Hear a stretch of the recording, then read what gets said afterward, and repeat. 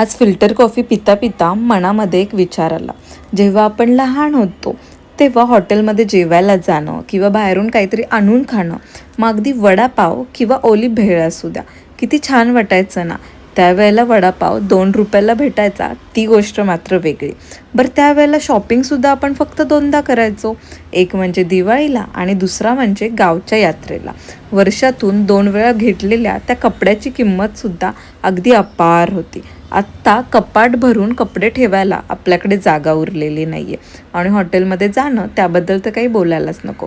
जेव्हा वाटेल, जेव्हा कंटाळा येईल तेव्हा आपण मस्त बाहेर जाऊन खातो. तरी बरं, आत्ता हेल्दी लाईफचं वारं सगळ्यांमध्ये पसरलेलं आहे. त्यामुळे लोक ॲटलिस्ट थोडे हेल्दी चॉईसेस किंवा हेल्दी ऑप्शन्स ठेवत आहेत आपल्या खाण्यामध्ये. आज मी गेले होते आमच्या माइंडस्पेसमध्ये असलेल्या मनीज कॅफेमध्ये.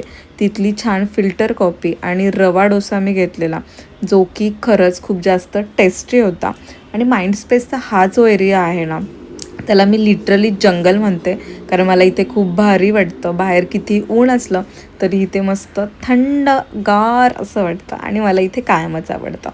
सध्या मी वाचत आहे समुद्र मंथन हे बुक, जे खरंच खूप छान होतं. म्हणजे अगदी मला ते खाली ठेवण्याची सुद्धा इच्छा होत नव्हती. खूप जास्त इंटरेस्टिंग होतं ते बुक.